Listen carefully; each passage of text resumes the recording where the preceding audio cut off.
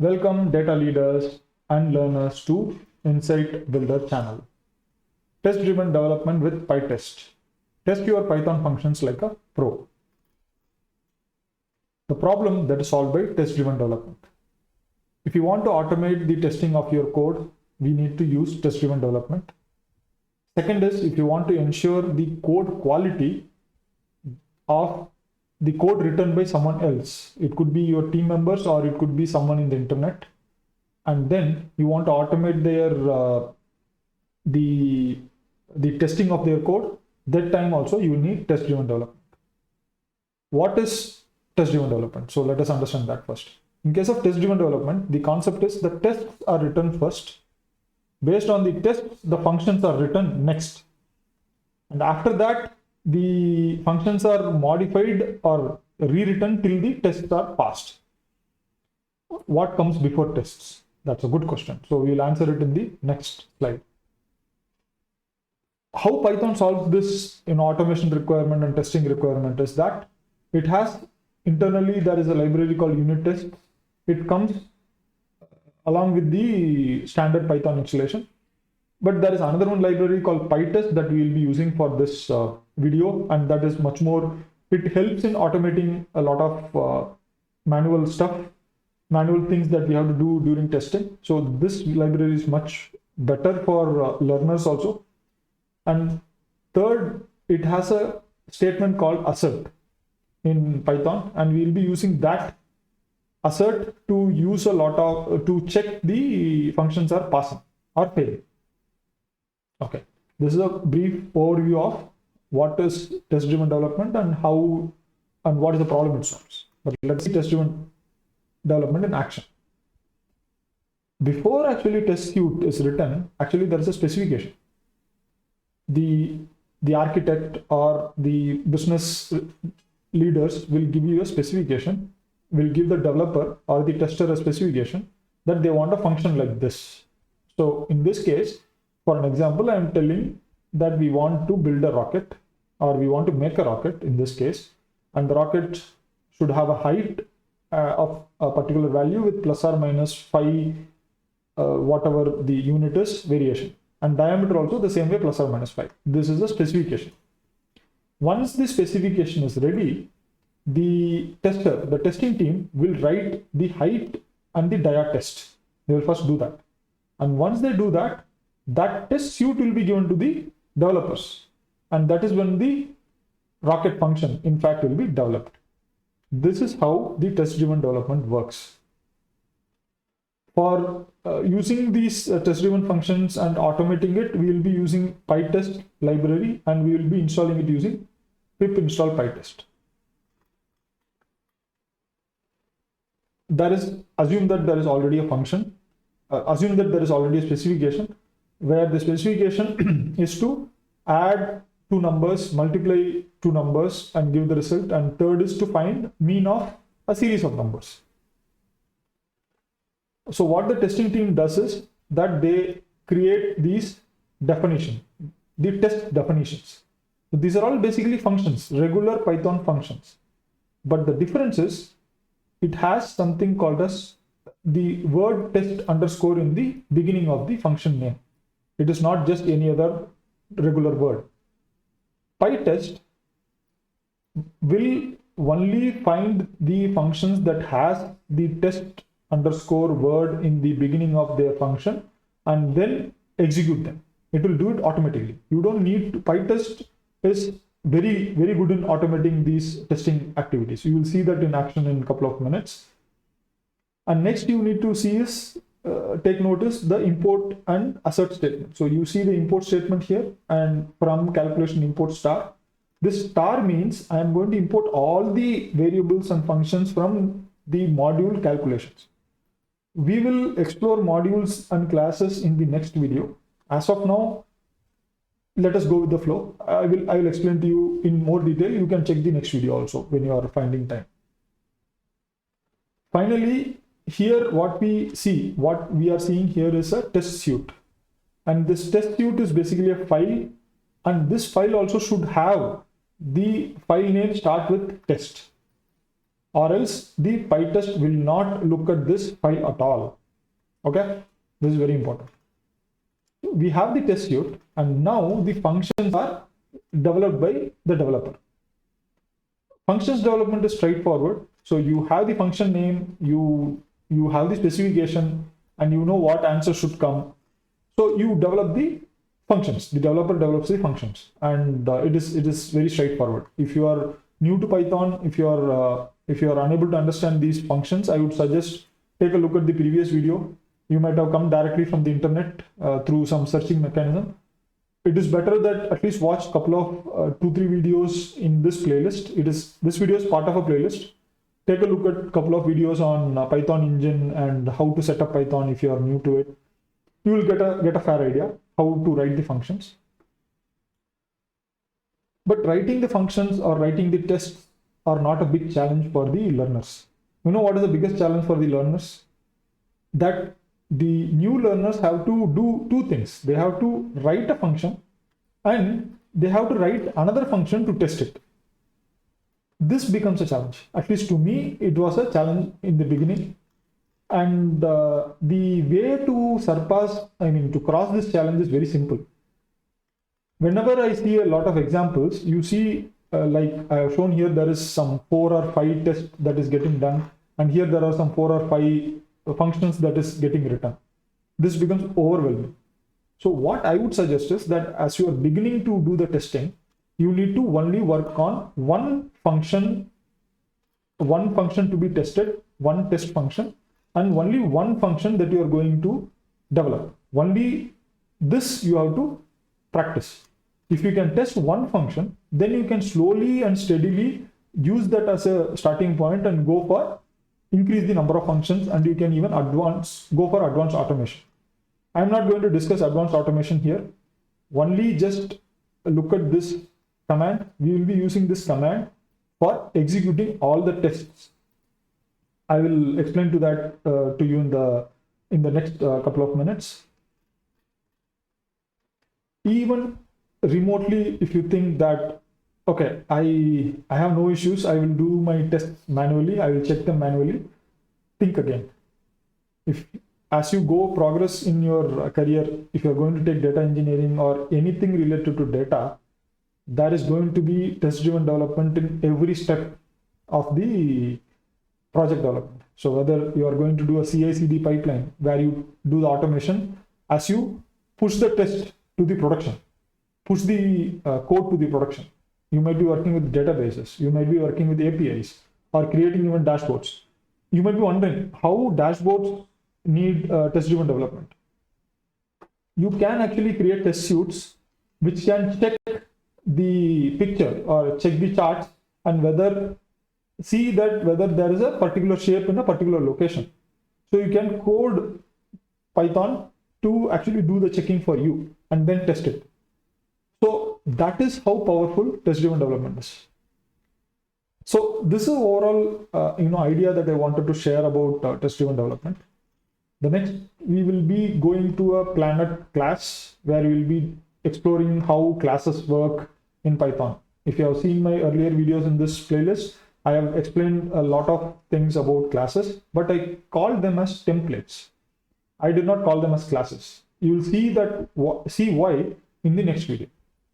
And after we complete that video, we are off to the Planet Python. Till now, we are just learners. We are wandering somewhere in the space, trying to find out how to work with Python.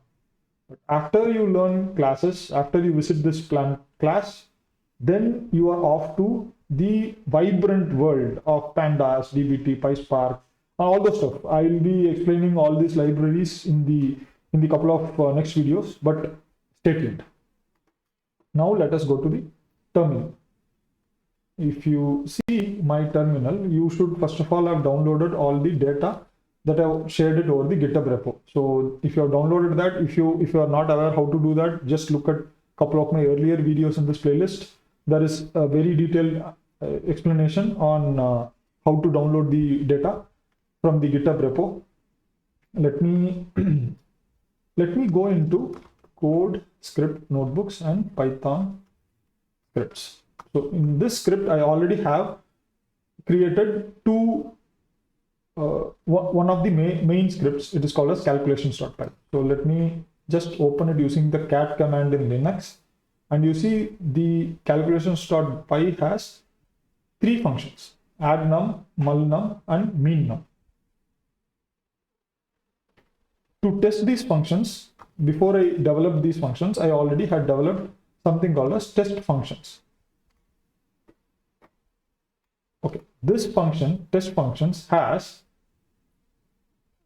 as I explained to you, it has import statement and it has from calculations import star. So this will import all the functions. So it will import add num, mul num, mean num from this file calculations.py to this new file test_functions.py, and test_functions.py will test all the functions: add num, mul num, and mean num.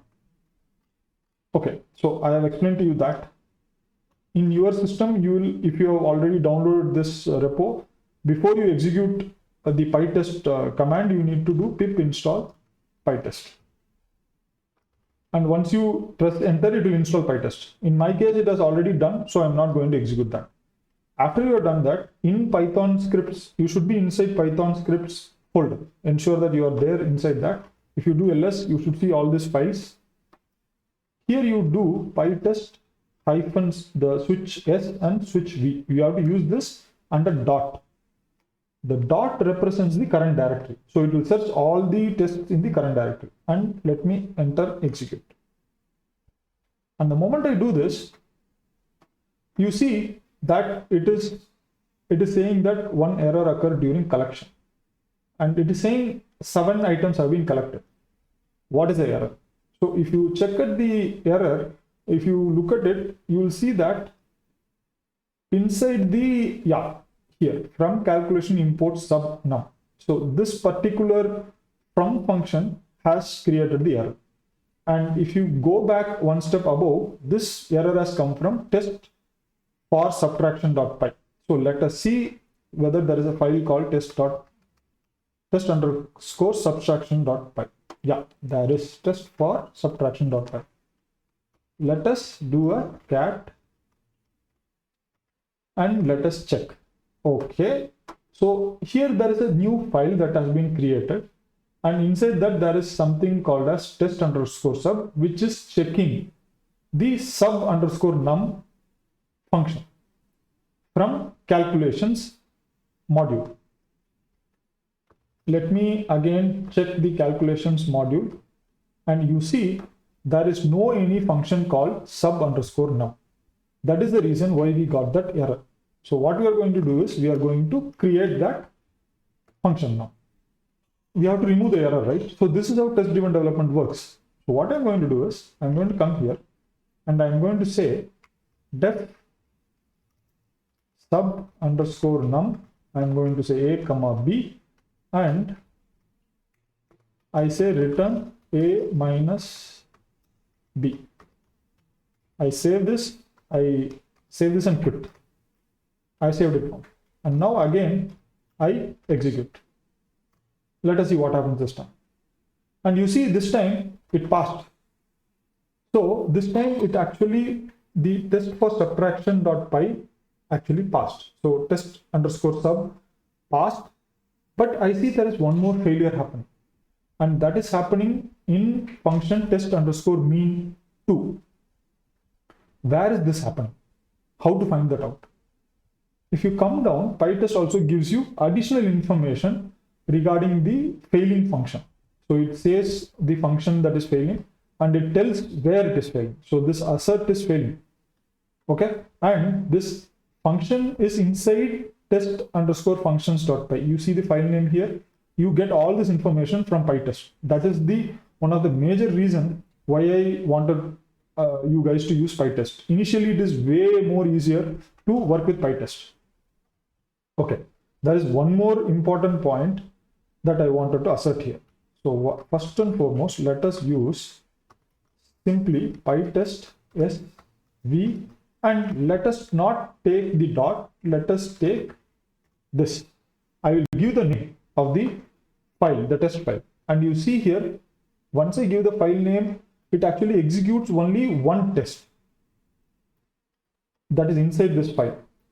Whatever is there inside this file, if you do a cat for subtraction.py, you will see that inside there is only one test and it is executing that also. So you can do it this way. So if I go here and if I say a different file name, so if I say test functions and so if I say Pytest SV and test.functions, and you see it actually collected all the functions inside that file. So there are 7 test functions inside that file. It collected all of them and it executed them. Out of that, one failed, and that is because I have tested it for failure. So I wanted to check that this fails or not, because I have given the wrong answer. This is how we do the actual test-driven development. So just to recap, let me go back to the presentation. So to recap, we understood what is the test-driven development problem that it is solving, how the test-driven development in action happens. So you create the test suite, like how I had created test for subtraction.py first, and then you create the function, the subtraction underscore num function that I had created in this video in front of you. And then you execute the pytest-s-v using either the dot for current directory or by giving the file name. Either of that will be okay, it will work. But dot is much more, little more advanced. And we saw what is the purpose of the test-driven development also. We have seen that. And there is advanced techniques that I did not cover. Don't worry about that. Just work on the basics that we have shared right now. We can go into advanced anytime you want. But I would really suggest that start working on the basics with one function at a time, test one function at a time, get comfortable with how to import the functions, how to import the functions, work with the file location, and you'll get a lot of errors in the beginning. You might have some or the other problems that occurs when you try to do the testing.